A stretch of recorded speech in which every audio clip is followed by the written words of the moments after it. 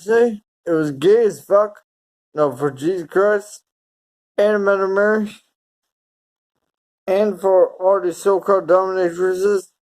No, to do the dominatrix big woman routine where she was wide, had bigger feet than me or something as a law, and she would be a dominatrix to the man, just like Tiny Tina or Lilith or just about wanted to do to all the American white men.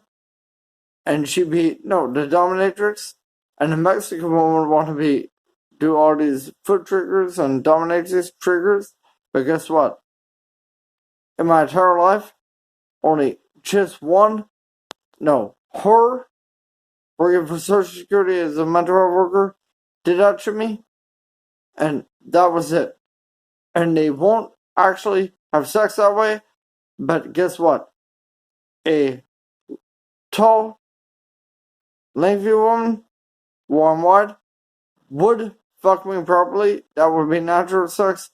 But these dominatrix woman, yeah, won't actually do it.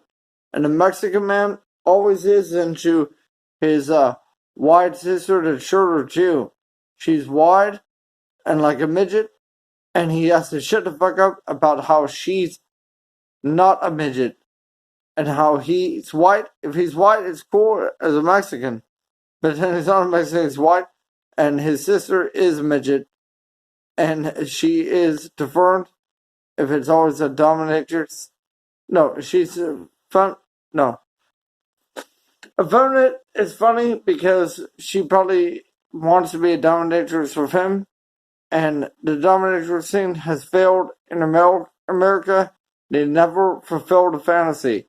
And that's why that mental health worker, social worker, was first to be a dominatrix for me, just because she wanted to do dominatrix triggers on me and other white men, and she never fulfilled the fantasy.